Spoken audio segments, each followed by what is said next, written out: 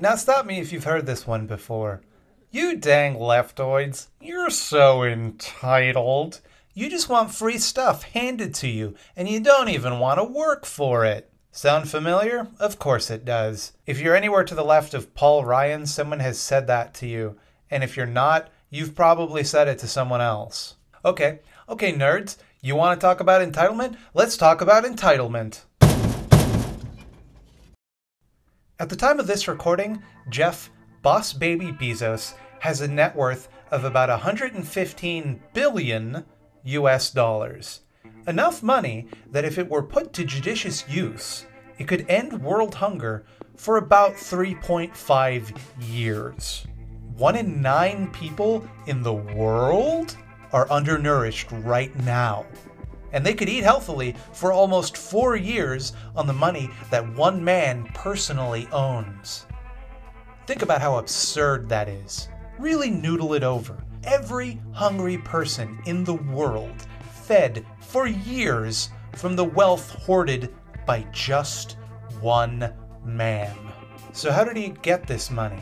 Well, he helped to make a website.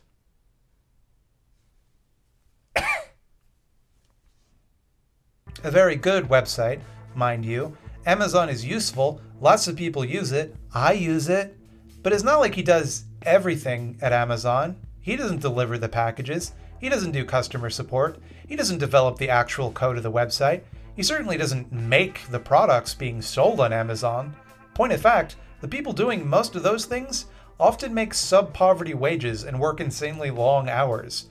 Somehow, no matter how profitable the company gets, their compensation doesn't seem to skyrocket like Jeff's does. Want to know the real reason Jeff makes the big bucks? He owns the infrastructure of Amazon, and for that, he has more money than anyone else on Earth. You could argue that the leadership Jeff has put into Amazon as CEO was responsible for Amazon's aggressive, tumor-like growth.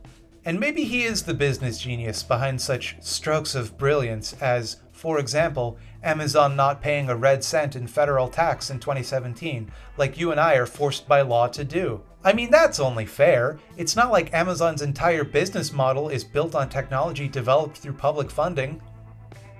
Oh wait, yes it was. But okay, it still takes a good business brain to figure out that not paying taxes is profitable. I wouldn't have thought of that. Maybe Jeff had the brain stroke to pressure workers into 80-hour work weeks. Maybe Jeff is the brains behind Amazon in some broad, wishy-washy sense, but I doubt that he's put more elbow grease or ingenuity into managing the company than the army of middle managers he oversees. I doubt his personal contribution is 1,000 times that of any of his contemporaries. But let's assume, for the sake of argument, that it is. Let's assume that Jeff is personally responsible for all of Amazon's growth, and that all of his employees would not have jobs somewhere else if Amazon didn't exist, even in one of the companies that Amazon put out of business. Let us assume that without his big business brain, nobody on Earth would have thought to make a website where people can buy things. Well, Amazon has about 540,000 employees. Wow, that makes it the 10th largest job provider on Earth. Neat! That's a bit more than 500,000 people Jeff has fed by amassing his fortune, as opposed to the 800 million people that wealth could feed for 3.5 years. Now, I don't know, maybe the average Amazon employee works at Amazon for 5,600 years and it all evens out. But what seems more likely to me is that this investment in Jeff that society is forced to pay is what business nerds like to call a bad return on investment. And it's not that I think that the bees man shouldn't be rewarded for creating a very fine website. Heck, I use a lot of Amazon services, and I'm practically married to my Kindle, which I kiss each and every day. I'm not saying what he's done hasn't helped make something useful, convenient, which does a lot of good for a lot of people. And sure, maybe he invests lots of his money into projects that create more cool stuff. Maybe he gives a small percentage to charity, and that small percentage is an enormous amount of money. Maybe he is truly the best and smartest person on the planet financially, and his use of his fortune is more productive than whatever you or I or anyone else on Earth would do with it. That could be true. It's possible. I mean, it's 1 in 7.5 billion odds, but it's possible. Or maybe, just maybe, The smartest and most financially brilliant person on the planet is one of the people who didn't get to eat because our financial system prioritizes putting another zero on Jeff's bank statement. Maybe they would have produced something better than Jeff if they had the chance. Maybe one of the 1 in 9 people who is food insecure right now could have been the next Jeff Bezos, or the next Joseph Lister, or Sir Isaac Newton, if they'd only had the chance. It really doesn't matter if you have the best brain on earth for theoretical physics, medicine, or computer programming if you never get to develop or even discover that aptitude because you spent your entire life toiling away in a sweatshop, sold into sex slavery, or slowly dying from starvation. Who knows what kind of technological marvels we could be living with right now if everyone on Earth was fed, housed, and had access to education. Incidentally, if you're asking yourself why you should have to fork over money to support other people, that's why. You would, and have, benefited from the support of other people, even if only indirectly. The more we support one another, the greater the rewards we get collectively.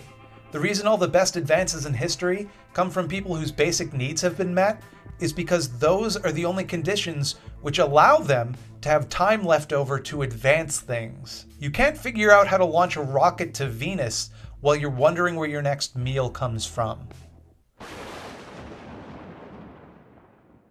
Actually, capitalism lifts people out of poverty, so if you truly care about poor people, you should support capitalism. Oh, does it? 'Cause here we are, it's the end of history, and only neoliberal capitalism exists on the global stage as a major player, and wouldn't you know it, there's still a lot of poor people around. But let's accept the premise that capitalism lifts people out of poverty for a moment, even though it's absurd. Let's ignore obvious counterexamples like the crushing debt imposed on Haiti by the IMF and World Bank. Why is anyone poor in the first place? Why do they need to be lifted out of poverty? We have everything we need to end poverty right now, forever. According to Oxfam, billionaires alone added enough wealth in 2017 to end extreme poverty 7 times over. Now sure, some of that wealth might get parceled out to the poor and lift them out of poverty, but we have more than enough resources to eliminate poverty right now. We can eliminate it without you or I, or anyone but the 2,043 billionaires in the world even noticing a difference. The only reason we don't is because we've chosen to base our entire economy on letting a few people have almost all of everything. Okay, Mr. Hypocrite, you made your video using things made by capitalism. Nothing is made by capitalism. Nothing is made by socialism. Nothing is made by feudalism, monarchy, or fascism. No ideology can pick up a screwdriver. This video was made using things built by workers. And I want those workers to be compensated more fairly for that work. That isn't hypocrisy, that's gratitude. You're describing corporatism or crony capitalism. Yes. When I'm criticizing capitalism, I'm always criticizing crony capitalism or corporatism, because those are the only forms that capitalism can take. So-called libertarians often complain that I'm not addressing the imaginary capitalism that they'd prefer, where nothing bad ever happens. Well, I don't criticize libertarian capitalism for the same reason that I don't criticize a country being run by hot dogs. It wouldn't work, and it can't happen, as fun as it might be to make fun of. It's called natural selection, survival of the fittest, Charles Darwin. Have you ever heard of him? Animals do compete for resources, that's true. But they also cooperate for resources. They do not, typically, hoard insane amounts of resources while their compatriots starve. And all intelligent animals have some sort of social structure that involves mutual aid. Consider the world's strongest ant. Alone, he can be stepped on and crushed by a mere Danny DeVito. But working together, a colony of very dumb and weak ants can defeat nature's greatest predator, the mighty and fearsome goose. So too are people stronger when they're working towards a common goal. Oh, so everyone who uses Amazon is a bad person? Huh, you bet you think you're better than everybody. No, I don't think you're a bad person if you use Amazon. All consumption is unethical under capitalism, but you still need to consume stuff to be alive. It's no worse to buy it from Amazon than anywhere else. I'm not trying to put you on blast. People are starving in socialist Venezuela. Venezuela's not socialist, you nerds. If you have another rebuttal that I haven't considered, please send it to me on Twitter. My handle is @SubwayCanada. Capitalism does not incentivize greatness. Capitalism incentivizes profit and exploits and commodifies greatness. You can't become great unless you're lucky enough to be born with the right tools and opportunities. And even then, there's no guarantee that your greatness will be put to use for you or the greater good of your community. Your greatness belongs to whoever successfully monetizes it.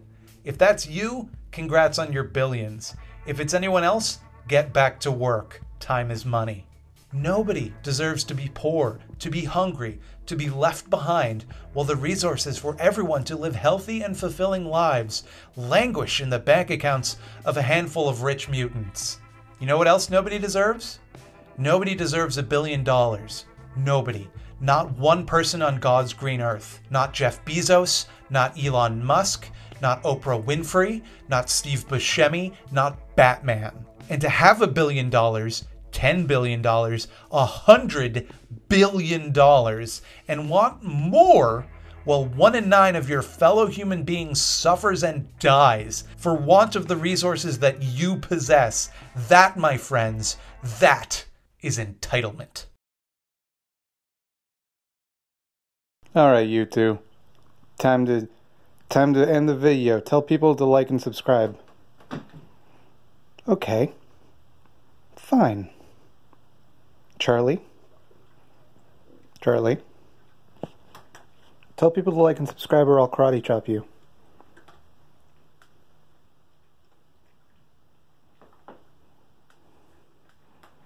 You can see he's terrified.